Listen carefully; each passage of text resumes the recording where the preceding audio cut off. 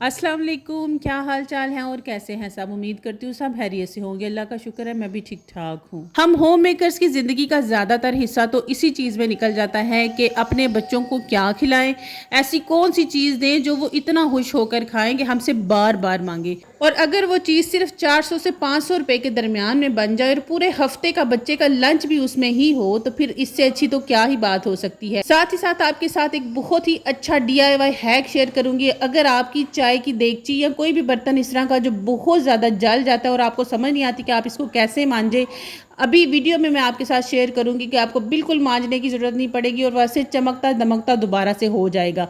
आपने बस करना यूँ है कि आपने वीडियो को देखना है पूरा, चैनल को सब्सक्राइब करना है और अगर मेरी रेसिपी आपको अच्छी लगे तो ज़रूर मुझे कमेंट सेक्शन में बताइएगा और अगर आप ट्राई करें तब भी ज़रूर बताइएगा। 4 कप आपने मैदा लेना है और इस 1 कप की मेजरमेंट है 250 मिलीलीटर।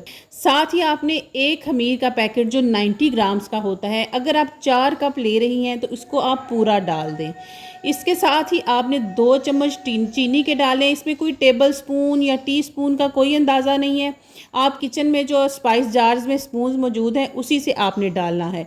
1 चम्मच आप नमक का डाल दें और 3 चम्मच आपने ऑयल डालना है। और जो दूध लेना है वो आपने बिल्कुल लूक वार्म सा दूध लें और इसके साथ ना आपने दूध को एक साथ ही सारा कप आपने दूध का नहीं डाल देना, ठीक है। थोड़ा थोड़ा दूध डालें, अगर आपको ज़रूरत पड़े तो साथ साथ दूध डाल के इसको गूंथती जाएं। बस ये है कि आपने इसकी नीडिंग अच्छी तरीके से करनी है। बहुत ज़्यादा हार्ड डो भी नहीं बनानी और बहुत ज़्यादा सॉफ्ट भी नहीं होनी चाहिए कि ये हाथ लगाने से ही ना लटकती जाए। अब इसको मैंने ना अच्छे तरीके से गूंद लिया, इतना गूंदा है कि ये मेरे हाथों से चिपकना बंद हो चुकी है। अब इसको रख देंगे हम एक्टिव होने के लिए। हम अपने चिकन की मैरिनेशन कर लेंगे। चिकन की मैरिनेशन सिंपल है, बिल्कुल घर के स्पाइसेस हैं, कोई भी इसमें ऐसी चीज़ नहीं है। आप अपनी मर्ज़ी के हिसाब से भी स्पाइसेस डाल सकती हैं। इसमें मैंने शान का तंदूरी मसाला यूज़ किया है। शान के मसालों में पहले ना नमक कम हुआ करता था, लेकिन अब से नमक उन्होंने ज़्यादा कर दिया, इसलिए नमक की क्वांटिटी आपने ना कम रखनी है। मैंने इसमें डाला आधा चम्मच नमक, थोड़ी सी कुटी लाल मिर्च, उसके बाद मैंने इसमें चिली सॉस, सोया सॉस, सिरका, गरम मसाला और सूखा धनिया, ये सारी चीज़ें थोड़ी थोड़ी सी क्वांटिटी में, क्योंकि मेरे बच्चे बहुत ज़्यादा स्पाइसी पसंद नहीं करते, इसलिए आपने स्पाइस अपने हिसाब से एडजस्ट करना है। और बाकी ये जो सब्जियां हैं इनको भी ना बिल्कुल बारीक बारीक चॉप करके डाल लें, क्योंकि बच्चे वैसे भी सब्जियां नहीं खाते तो इस बहाने से ना सब्जियां खा लेते हैं। अच्छा, मेरे पास ना मकई पड़ी थी, लेकिन ये टोटली ऑप्शनल है, अगर आपके पास अवेलेबल हो तो आपने इसको डालना है। अब सेम रेसिपी के साथ आप चाहें तो चिकन स्लाइडर्स बनाएं या आप चाहें तो आप चिकन ब्रेड भी बना सकती हैं। मैं क्योंकि चिकन शवारमा ब्रेड बना रही थी इसलिए मैंने इसको शवारमा ब्रेड की शेप दी है। इसमें आपने करना ये है कि सिंपली इसको गोल गोल रोटी की तरह बना लें। इसके सबसे पहली लेयर में आप चीज़ लगाएं, फिर आप एक स्पून भर के जो है वो आपने इसमें जो भी इसकी मसाला आपने रेडी किया है वो डालें, फिर ऊपर से चीज़ लगाएं और इसको ना ऐसे घुमाते घुमाते आपने ना एक पेड़े की शक्ल दे लेनी है। इसकी कुकिंग का भी जो प्रोसेस है ना बहुत ही ज़्यादा आसान है। आपको कोई भी ओवन की ज़रूरत नहीं है, किसी देगचे की ज़रूरत नहीं है कि हम उसका ओवन बनाएंगे तो इस्तेमाल करेंगे। हमें सिर्फ़ और सिर्फ चाहिए तवा।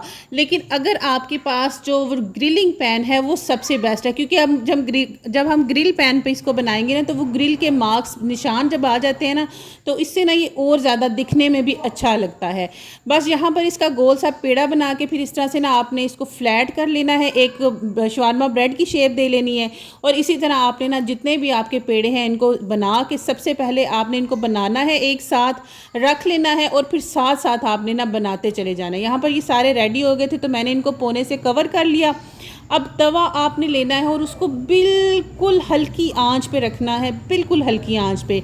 मेरे पास क्योंकि ग्रिलिंग पैन नहीं है, लेकिन अगर आपके पास ग्रिलिंग पैन है तो मैं आपको यही सजेस्ट करूँगी कि आपने ग्रिल पैन पे इसको दोनों साइडों को 5-5 मिनट सेकेंगी तो आपकी शवारमा ब्रेड रेडी हो जाएगी।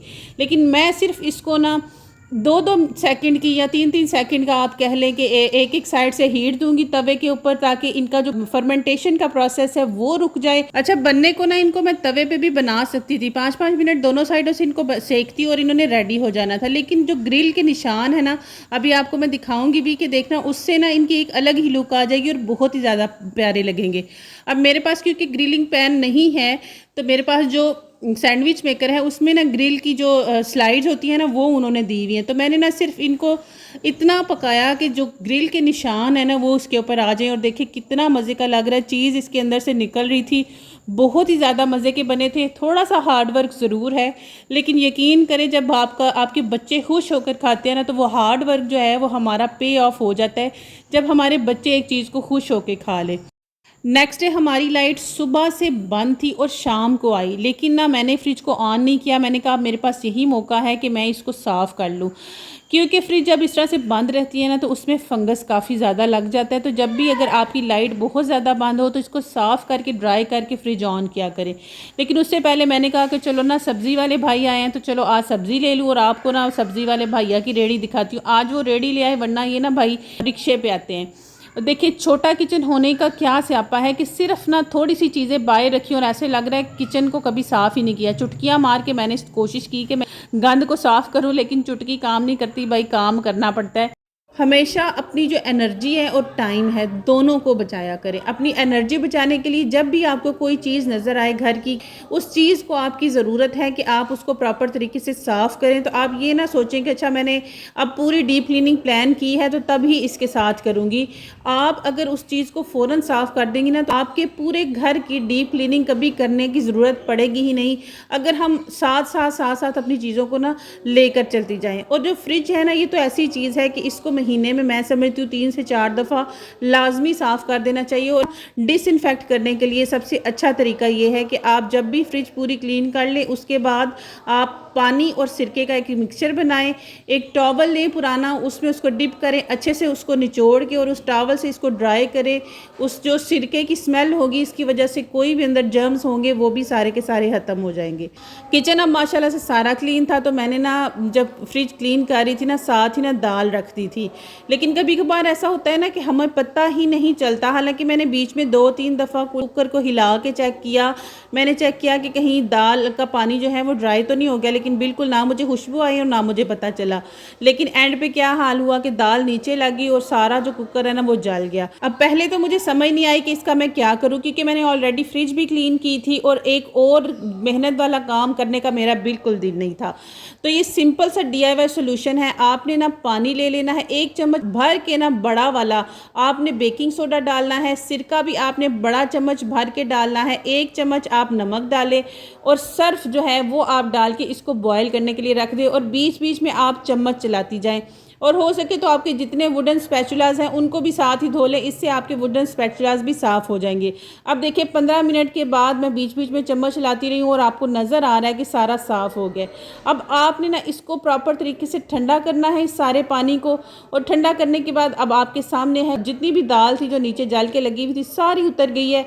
और यकीन करें मैं बिल्कुल लाइट हैंड के साथ इस दाल को उतार रही हूँ और आराम से उतर रही है, मैं बिल्कुल भी कोई ज़ोर नहीं लगा रही, कोई मैं इसको रगड़ूंगी नहीं। चाय का जो बर्तन होता है ना मोस्टली वो इस तरह से जलता है कि उसको साफ़ करना तो बहुत ज़्यादा मुश्किल होता है, क्योंकि मीठी होती है, दूध होता है, पत्ती होता है, और वो सारी चीज़ें जब जलती है ना तो वो चिपक जाती हैं देगची के साथ। तो मेरे साथ ऐसा ना हो चुका है और इन्हीं दिनों में हुआ था।